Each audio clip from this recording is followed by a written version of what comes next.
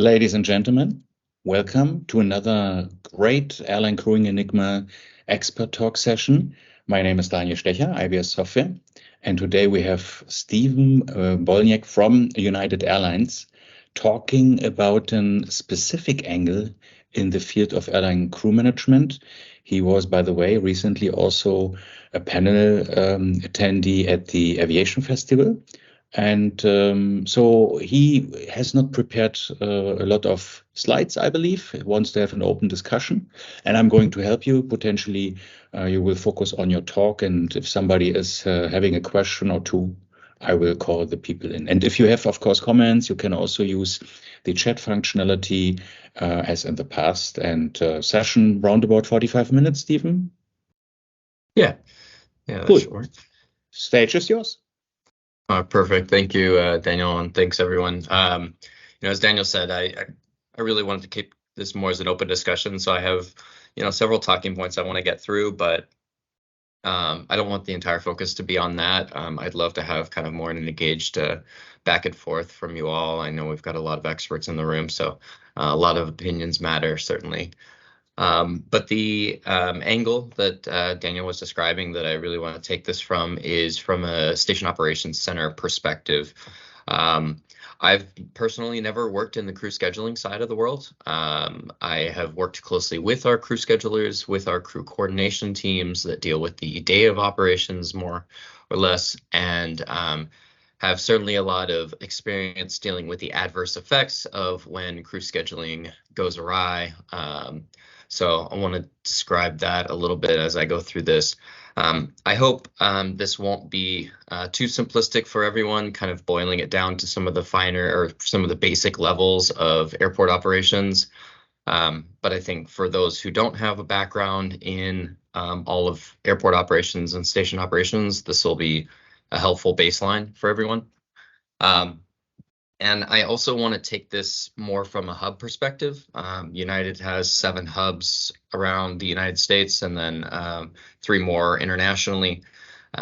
And although we have hundreds of smaller line stations, I think it's more relevant to talk about the hubs, certainly because our lines, we do our best to attempt to not strand crews and aircraft there. And so we have to be more fluid in the hubs. And so I kind of want to talk about how that operation is so fluid and why we have our protocols set up as such. So I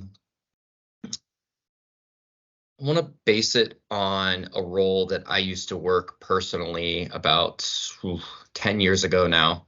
In the station operations centers, we have gate control management. Now, I know in Europe this is done a little bit differently. Primarily, the airports are in charge of stand planning. But in the United States, that's kind of flipped on its head. Mostly the airlines are doing a lot of the gate control.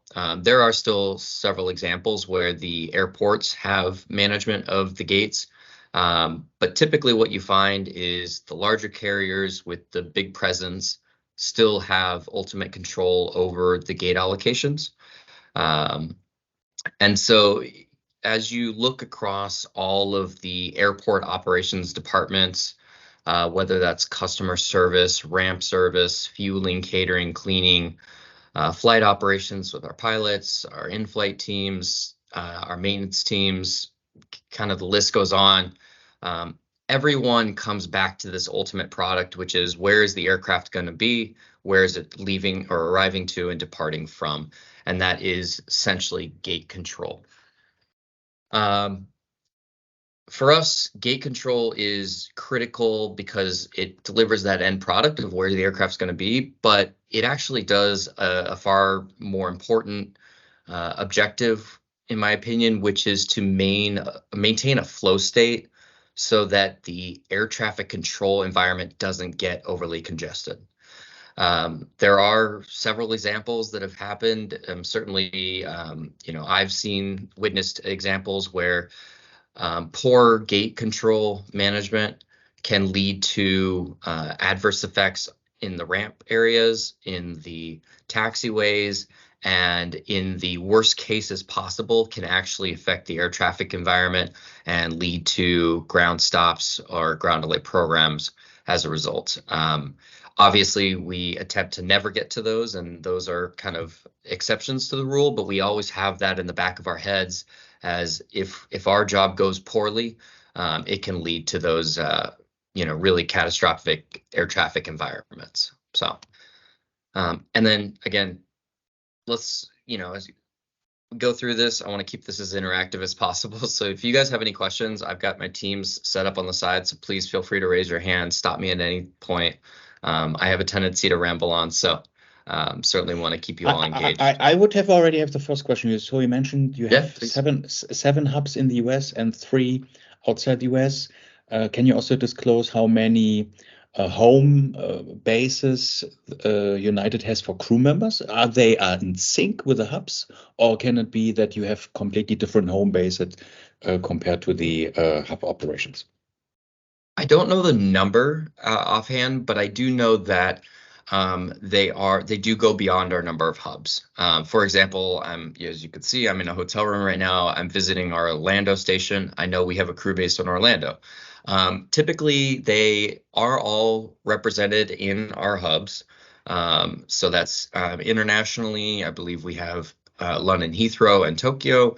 Domestically, we have all 7 hubs. That's DC, Newark, Houston, Chicago, LA, Denver, and San Francisco.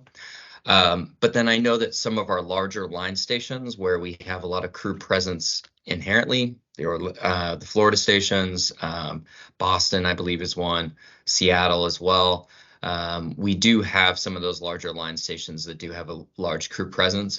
And I know that over the history, at least the 17 years that I've been here, we have adapted sometimes to where we know our crew are originating from. So example is the Florida stations. A lot of our crews, as they get towards that retirement age, want to live in Florida and enjoy Florida. So, we've recognized that and done a good job to make sure we've got the support system here for them.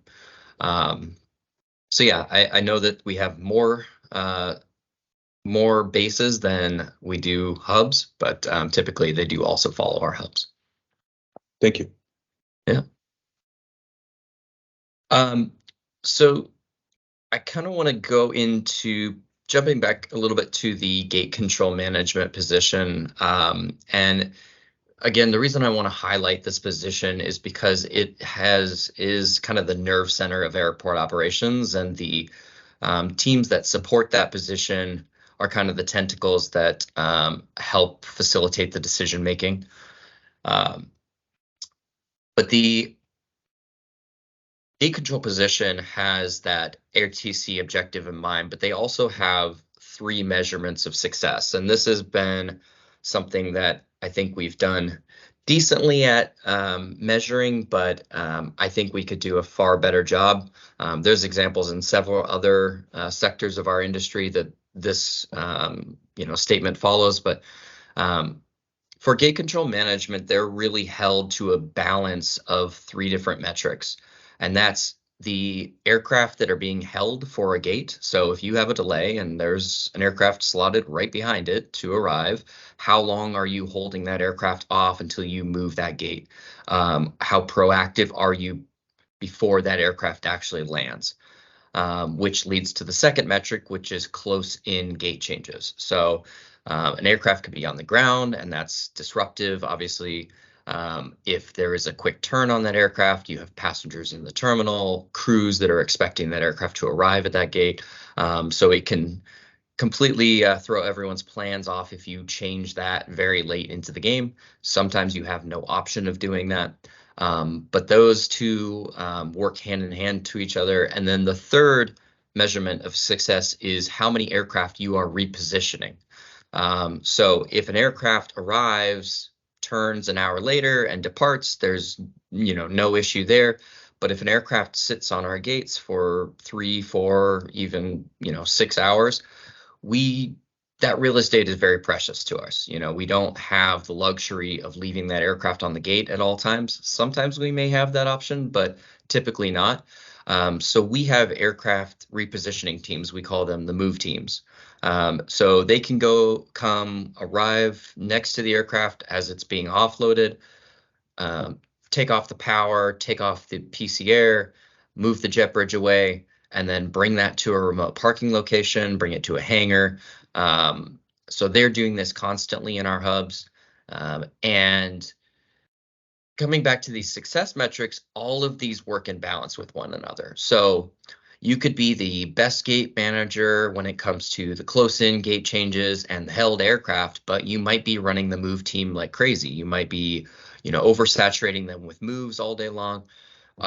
Or you might let them sit and relax and do nothing, and all of a sudden you're holding aircraft on the gates, you're waiting, and now you've disrupted passengers that are live arrivals. And so we have to kind of keep all of those and juggle those, and just make the decisions as best as possible when it comes to these late changes, and the plan, frankly.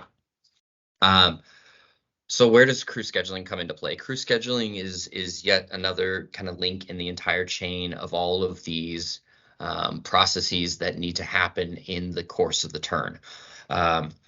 If crew scheduling is doing their job right and there's not a lot of adverse effects from maintenance, weather, customer service, catering, fueling, etc., then the plan should go accordingly, and our coordination teams really should never have to get involved with crews. But we all know the reality of year ops. It's an everyday experience for us, so we know that there are going to be events where we are changing up those crews, and that again leads to further disruptions. So from a gate control perspective, that is yet another point at which we are going to disrupt the operation. And I want to kind of take this from a specific example that we've had in the past. So I'm sorry if there's some background noise. They just started mowing the lawn next to me. That's great. So our domestic flying, our close-in narrow bodies, we typically have decent reserves in place. Certainly for our pilots, it's fleet by fleet, so we have to make sure each of those fleets is, well, apportioned for the flying that they're going to do. The flight attendants, we obviously have a lot more flexibility, being able to shift them across all of the fleets. So just ensuring that those reserves are in place, not overdoing it on reserves, finding that delicate balance is important.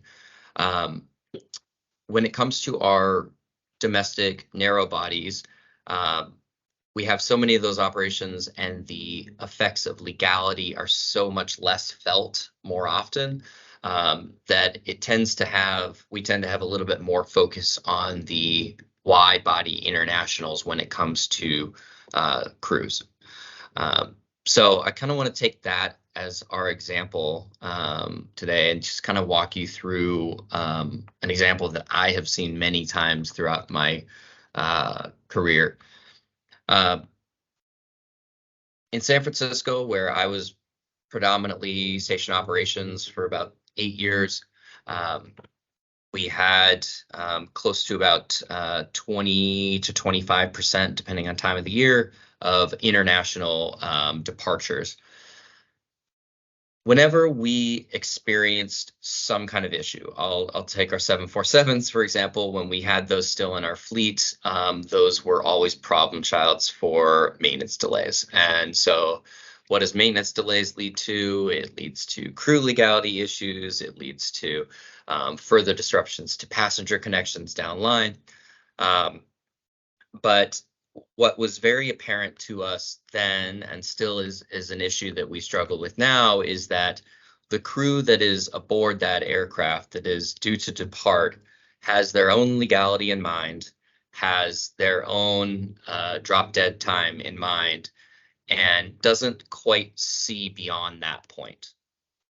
We have our scheduling teams and our coordination teams in the background that are kind of keeping an eye on that at all times, knowing that at any point in time, we may have to find a new crew to replace them and get them in there. But at the end of the day, we could have an ongoing delay, and depending on the market, depending on the mood of the crew that's on board. They may elect not to extend their legalities, which is totally within their contract and within their rights to do that. And it leaves the airport teams hanging with the disruption.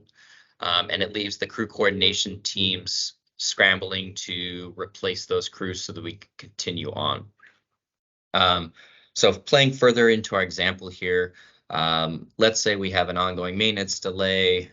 That gets us to that point. Now we've reached our criticality for legality. We've reached that point, and our crews have elected not to extend their legality.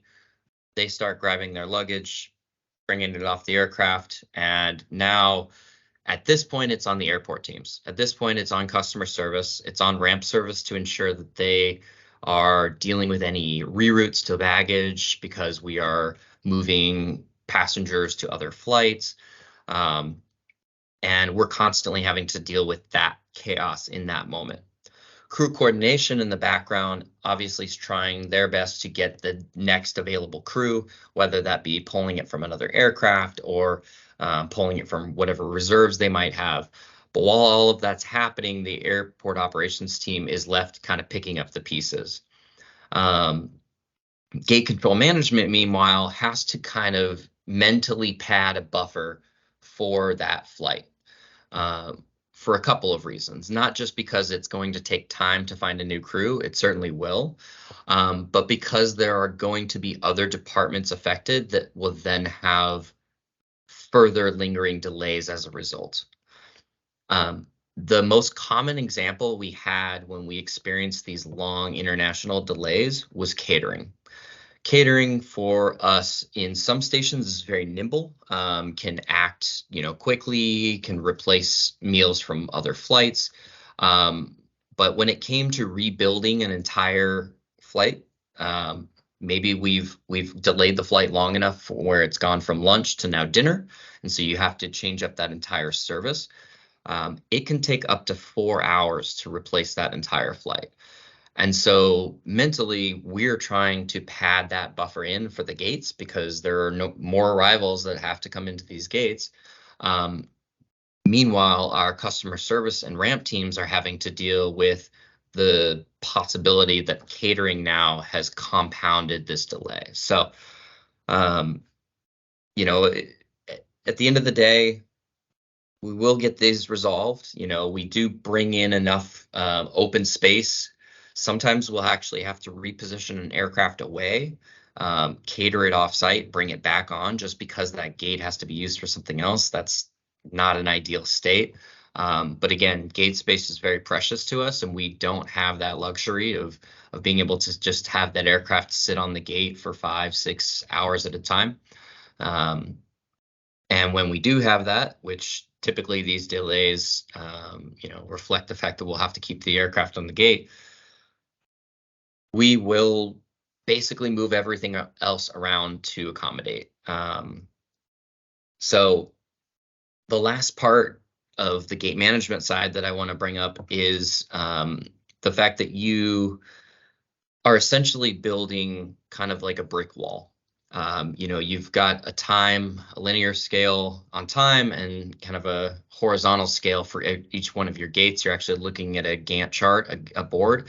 And what you find is that, you can place all your bricks in a certain place, but as soon as you find that you've got a brick on the ground, it's really difficult to place that into the wall after you've already built it. So shuffling these gates around to accommodate these lengthy delays is where gate management typically makes their money. They have to really strategize where they're going to take more risks, bringing departures, arrivals closer together, losing out on the luxury of gate rest, which is that buffer time between those arrivals and departures.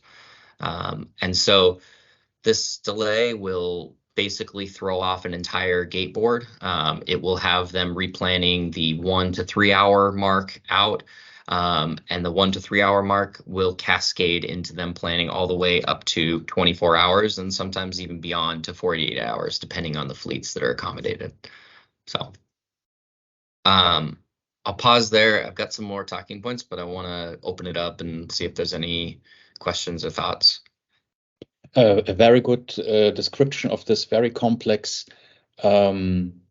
situation and decision making. I have several questions. First question is United communicating this complexity also to the affected passengers who are maybe either sitting on board or waiting at the gate? My personal experience is from other airlines, there's no information at all. And I'm always questioning why we are not making kind of a marketing to explain the public what is really going behind the scenes, that they are also understanding it's not on purpose that there's a delay. There are legal and safety requirements and all that stuff. A second question. So we were talking about, let's say, this thinking of the crew members. Potentially, the maintenance department is also thinking in their perspective. So every department has its mindset. Are you having also some, let's say, round tables that you are bringing representatives from all these departments together and make a post-mortem and try to understand, okay, where was this problem? How can we improve things? And last question, what is the biggest challenge for the individual user per department? Is it the communication flow? Is it tools which can facilitate the daily business? Maybe you can elaborate on that. Absolutely. So I'll start with the passenger comms. So we have, I think, done a pretty good job. I'm a little bit biased, but I really do think we've come a long way, especially in the last 5-6 years, to be as transparent as we can possibly be. Now, you can't always go into the detail that we would love to go to describe this to our passengers, because sometimes, the more detail you provide, it can cause more questions and more issues for the passengers. So we try to find that delicate balance. So in this example, again, with this, cascading delays and potentially disrupted gates at other ones, I don't think we're going to see a flight at another terminal that was affected because of this 6-hour international delay. We're probably not going to go to the length to describe to them that this other delay on another gate has caused you an issue because your gate is the only gate that could fit a 787 here, and this gate over here, we would love to use this one, but it only fits a 75. And so I don't think we obviously toe the line a lot when it comes to sharing the complexity of that operation. And it's tough because, one, there are so many compounding effects in airport operations and in the industry in general that we would love to showcase to our passengers, just how challenging it really is. But actually, one of our challenges is helping to explain that to our internal customers, to our customer service agents, to our ramp agents, because even those teams, and I could speak before I even entered the operations center, I had no clue how complex this got from a station operations perspective. And if somebody had come and explained it to me, I still don't think I could have understand it until I sat and visualized it and lived it day in and day out. And so it's so often frustrating to say, to see that there is an open gate right here. Why can't you get this aircraft into this gate? Well, it doesn't fit that fleet type, or the wingspan of the two flights creates an adjacency rule, and we just can't put that fleet next to this fleet at this gate because it might touch wingtips. So, although we would love to be able to kind of explain that to both our internal customers, but also the passengers in the moment, I find that from a station operations perspective, we're often taking the more conservative approach and kind of giving them more of a broader baseline. We might say, operations are affected due to, high saturation, congestion, things like that, and keeping it kind of baseline, and then just hoping that our agents that are there in the field are equipped enough to be able to articulate what some of our challenges are without oversharing to our passengers and causing more confusion. For the post-mortem, I kind of want to take that one step earlier, which is the communication that happens when the gate control management is making the decisions they need to make to change up gates at the last minute. We have to be, as a station operations team, experts in about 9 different departments. So we have to know tech ops. If a maintenance team comes to us and says they have a yellow line hydraulic issue, we have to kind of mentally do the math and think, okay, I'm going to at least add 45 to an hour to that flight. If a catering team comes and says they have to redo an entire flight, we have to just mentally add that buffer. So when it comes to the decisions that we're making, we are constantly pinging all of these departments. As much as possible, we're trying to intuit that ourselves. We're trying to just pull from our historic knowledge. We're just trying to, be as, sensical about it as we can, to be able to kind of formulate this forecasted disruption. But what we often are forced to reconcile is where the resources are being managed. And this kind of leads to the last point, which is what is the biggest challenge for each department? Well, when it comes to gate management being disruptive because they have to be, or because, ideally they're doing the job as best possible, but sometimes you can't plan for the worst. Resource management is the one thing from an airport ops perspective that gets tarnished really easily. So when you have an aircraft waiting for a gate, if you have a gate next door and it's open and you can just flip the gates all day long after that, and there's no issues with fleets that are accepted, that's the most ideal state. You haven't moved the skill sets that are required to manage that aircraft from above the wing perspective or below the wing perspective. You haven't had to disrupt the passengers very much by moving them from one location to another. Ideally, it's right next door. That's the ideal state. If you can get that relief valve right next door to where that disruption is happening, and it only affects that one other gate, perfect scenario. That's obviously not the reality of our every day. So we are constantly having to fight with, if I have to relocate this aircraft to another gate, how far is that going to be? Is that going to be at an area where there's a skill set that's diminished? A big example is our cargo lifts for below the wing. You have to be specially trained to be able to operate the cans and be able to pull those off of our wide bodies. Well, if I move that to a gate and for whatever reason, I wasn't aware that we don't have anyone skilled to move that there, then our ramp teams are basically losing out on that opportunity and have to bring an entirely different crew over from the gate you probably moved it from to help out there. So when it comes to the role of a gate manager, the most disruptive component for us is that resource management and then the disruption to the passengers internally.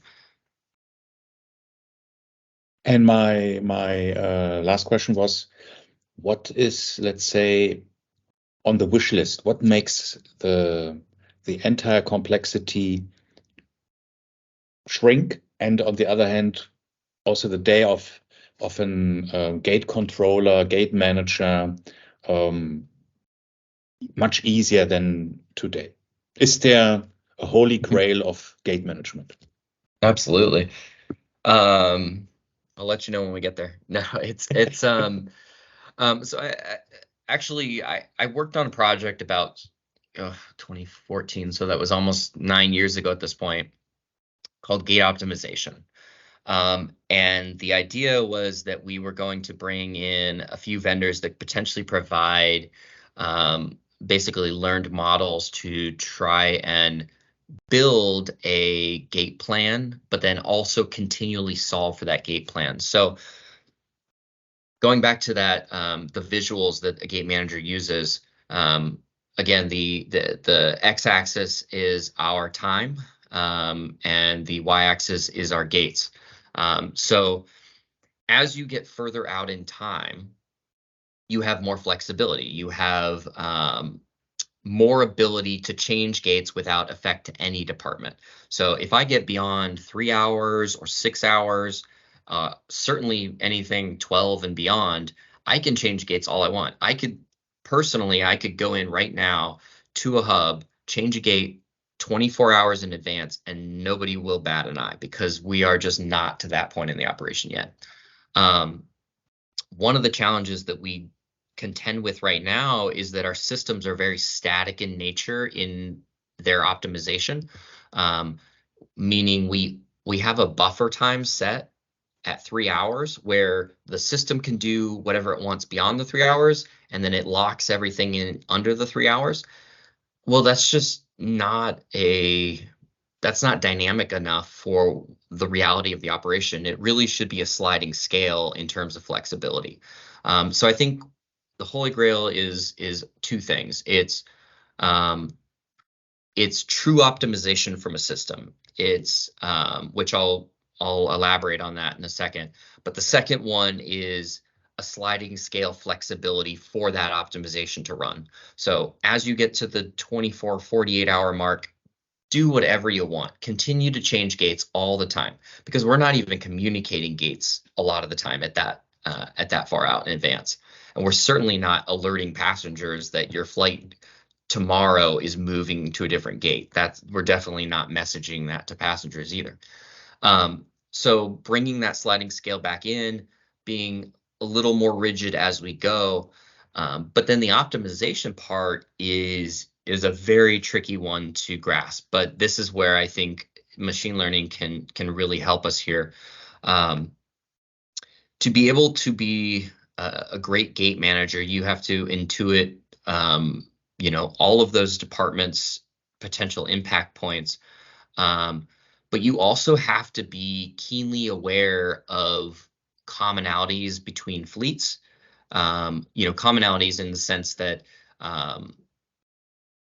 we have, wide bodies are typically going to, if a maintenance delay occurs on that, the duration of time that it's going to take is much greater on average than it would be with a narrow body. So you kind of have to understand how each individual fleet is going to behave in each kind of those conditions, but also the market too.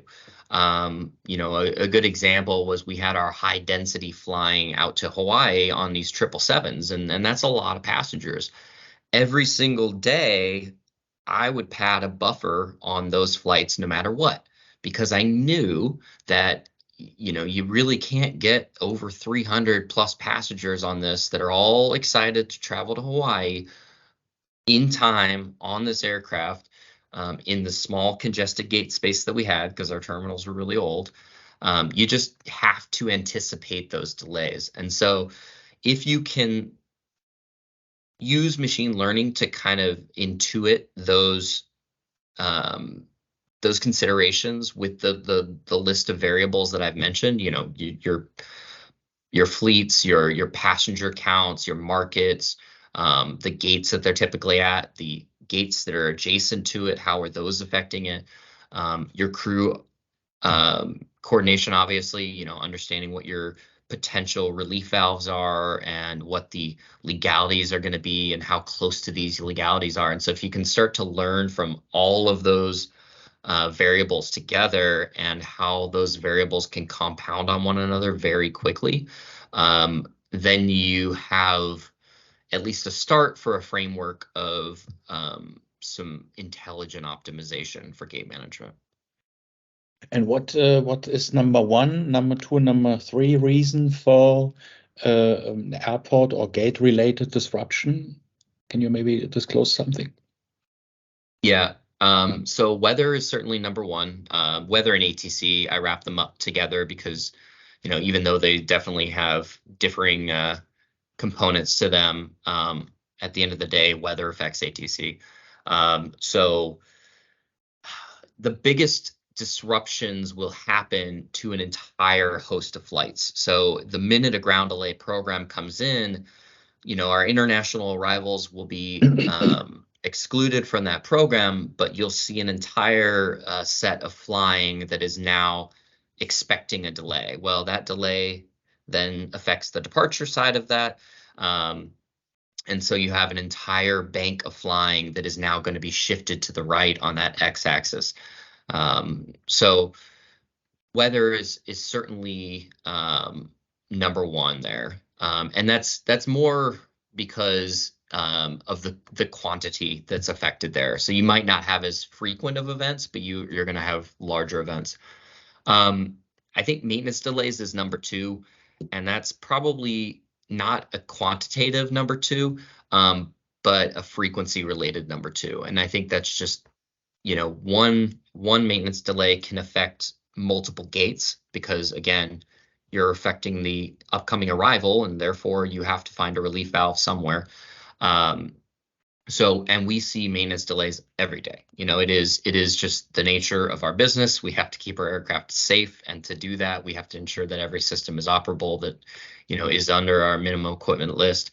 And so making sure, tech ops delays ends up being probably, at least in my mind, number two in terms of frequency.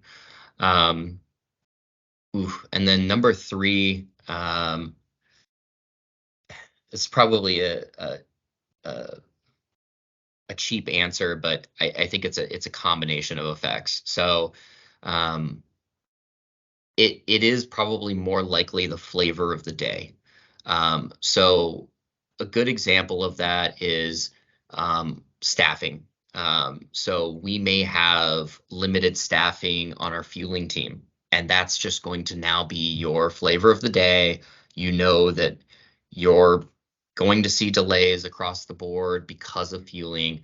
Maybe it's Super Bowl Sunday in the US, and oh, shocker, you have 30% of your ramp team that is called in sick today.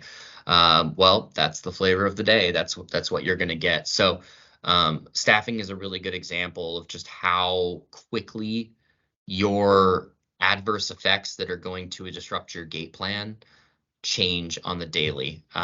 So I think it's a little bit of a cheat for an answer for number three, but I think in the world that we live in day after day, you just have to be adaptable to those changing parameters.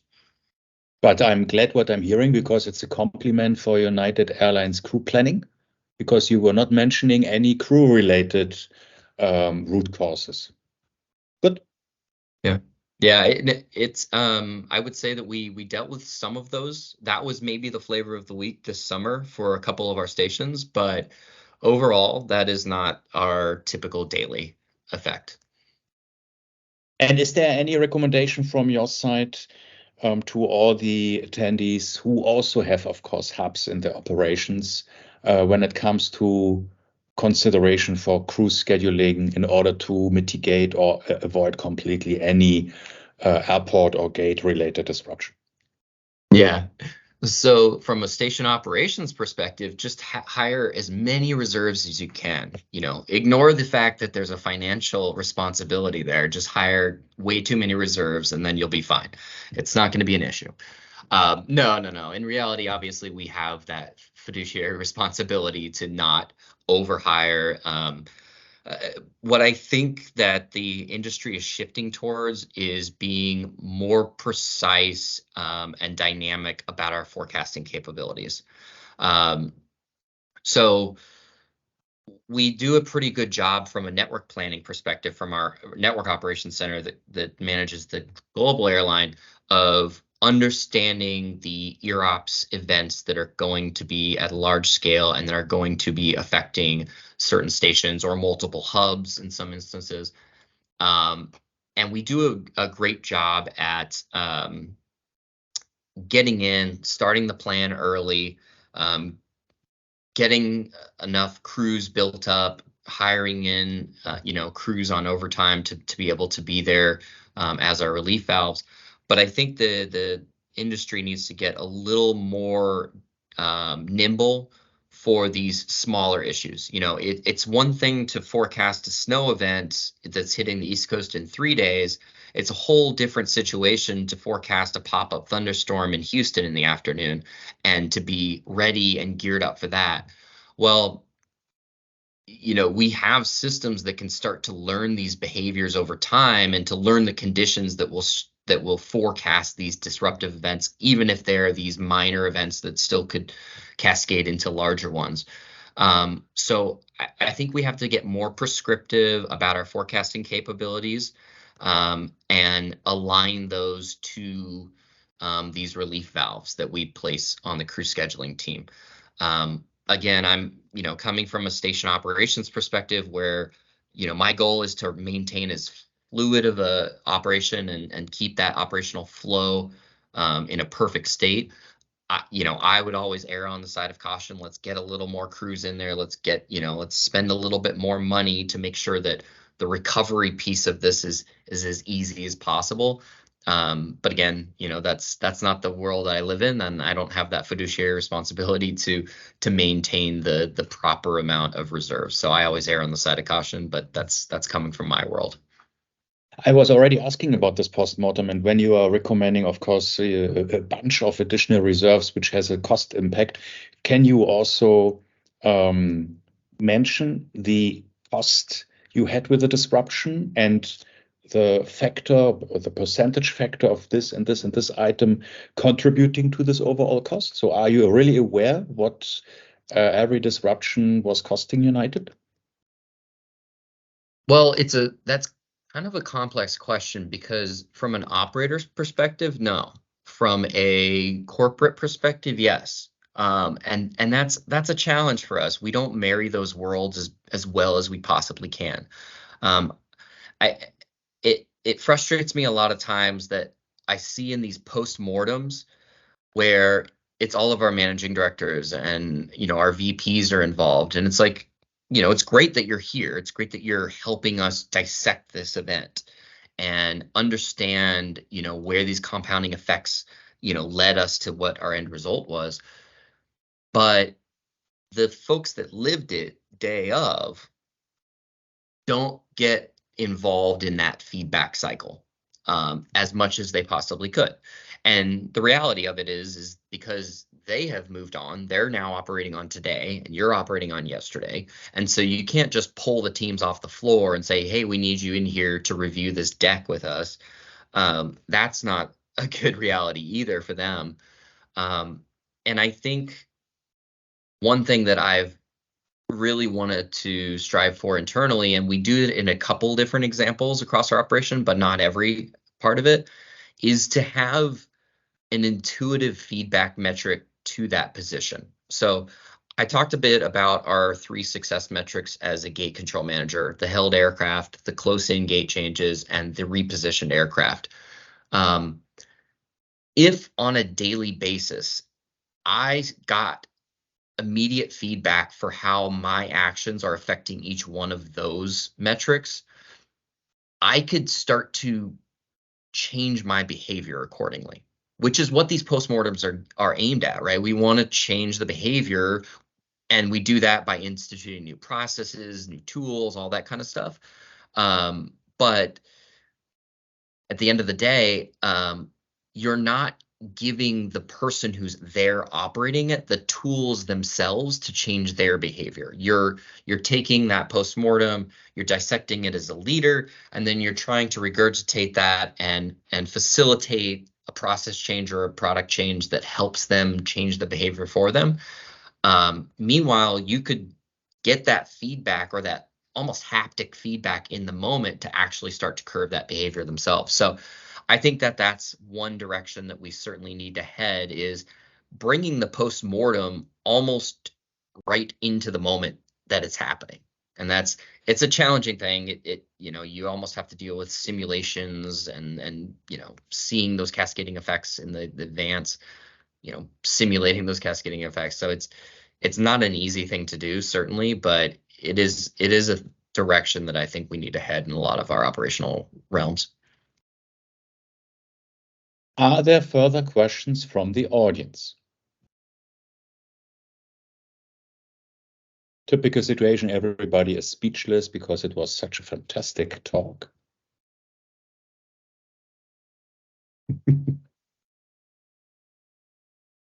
So, Stephen, my last question would be, is there an exchange with other airlines and their hub operations? So can you somehow pick and choose what is maybe well working with another airline, or is it not possible because every airline is pretty much closed shop and doesn't want to disclose their secrets, how their target or coping with disruptions at the gate? Yeah, I mean, there's always the the legal aspects that restrict us from some of that. But I think that there's a lot of good opportunities, especially in think tanks like this, where we can start to share our best practices across the board. Certainly from United's perspective, if Lufthansa Group wants to come in and showcase what they're doing and ask us what we're doing, we already have the legal structure in place to where we can kind of openly share some of these pieces. I'll go back to a little bit of an airport operations example. When you're in the operation, you're in the thick of it, you're dealing with the chaos and the management, everyone's going through it together. And, an American Airlines plane that lands and, damages its nose gear and is now stranded on the runway, I want to get that plane off the runway just as much as American Airlines wants to get that plane off the runway. So from an airport ops perspective, it almost feels like we're playing on the same team and we're sharing some of the same ones. And actually, airports, I think a lot of the times do a good job facilitating these collaborative working sessions between the airlines themselves. But I think there's always more opportunity to do that. At the end of the day, the airspace and our airports are getting more saturated. And as saturation increases, all of us are losing out. So it behooves every airline that's out there to be working in concert to maintain a very well-flowing operation. My new role is primarily around air traffic control and dispatch. And so starting to kind of navigate that world, I'm starting to recognize a lot more of these collaborative aspects that we need to push for. Again, it's just challenging in the legal environment a lot of the time, and the competitive environment, frankly, that it's hard to convince somebody that I want to give Southwest Airlines a benefit just as much as United in the Houston market. It's like, well, why would you want to do that? Well, it's because if they're flowing in very nicely, then we're flowing in very nicely. So it's always a give and take, certainly between those. Thank you very much, Stephen. I'm really blown away. It was a very insightful talk. And also thank you for all the answers on the questions. I think, we will publish this, of course, on the YouTube channel, and potentially there are questions after the session and people will directly go to you. I can then also maybe share your United Airlines email address. And looking ahead, so next month we talk again about some secrets, the Dutch crew planning secrets and hits, a talk from Transavia, also very interesting low-cost airline in Europe. And looking forward to have you with us again.